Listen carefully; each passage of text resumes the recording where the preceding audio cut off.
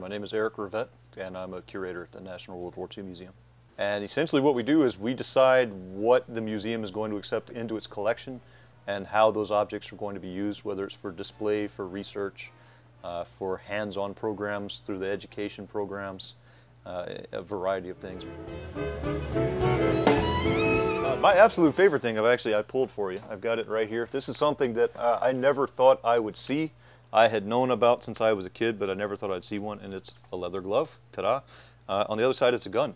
This is what's called a Sedgley 38 caliber pistol. You usually would see this referred to as an OSS glove gun, and the OSS, of course, is what became the CIA.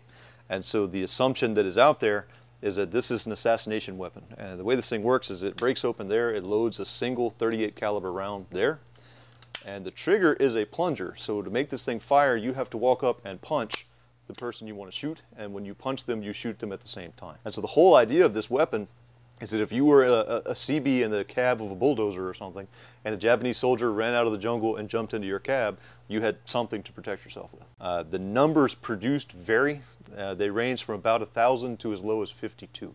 So this is, like I said, just an extremely rare object from World War II.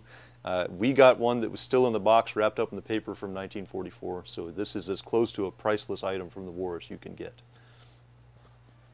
So one of the things I really like about the museum is that we do have some leeway to pursue our own personal interests, and one of the things that I've always been interested in, because I'm a man of a certain age, is Star Wars. So I have a selection here of some of the weapons that were used in the original 3 movies.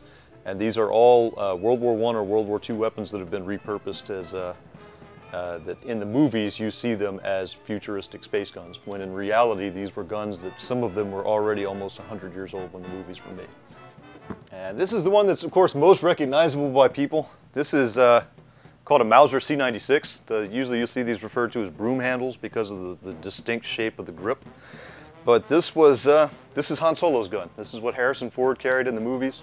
And of course they doctored these up quite a bit, and this changed. It's different in every movie you see. They changed how they doctored it up to look futuristic. The earliest versions, they put the flash hider from a grease gun, from an American submachine gun on the end, and they put a scope on the top, and the scope is a periscope out of a Sherman tank. So it's just, again, whatever they could find. And then my personal favorite, this is a lightsaber. This is what Luke Skywalker, this was, I guess originally this was Obi-Wan Kenobi's lightsaber, and this is what Mark Hamill carried in the movies, or, you know, of course, a doctored up version of this. And it's probably not recognizable to most people in its current form, but let me grab a piece. And all this thing is, believe it or not, is the battery pack for the flash bulb for an old-fashioned camera. If you look at Darth Vader's lightsaber, it's simply a different manufacturer. Luke Skywalker's was a Graflex, and Darth Vader's was a Speed Graphics, if I recall. The most interesting part of it to me is that the cerebral side of me can look at this as a museum curator of World War II artifacts. I can look at this gun, and I know in my head that this is a Mauser C96, but when I watch Star Wars, I can still look at it and say, that's a space gun. Sure, no problem. That's a laser gun.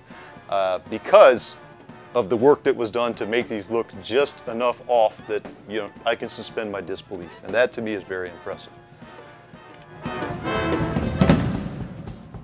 You know, one of the challenges that we've had is that because we opened as the D-Day Museum, everything we collected and everything we display was related to the Normandy invasion. When we became the World War II Museum, we now had to display and cover 6 years worth of war with exhibits that were originally designed for one day. And so as these expansions have opened, it's been great because we have a vault full of objects that never really had a place to display because they're not Normandy related. And so as we bring new buildings online and as we expand the display space, We've got some really great artifacts that will finally be able to see the light of day. So it's, as a curator, it's great because the reason we have this stuff is to let people see it. And a lot of stuff has languished in the vault for a very long time because we just haven't had a place to put it. But that's finally changing.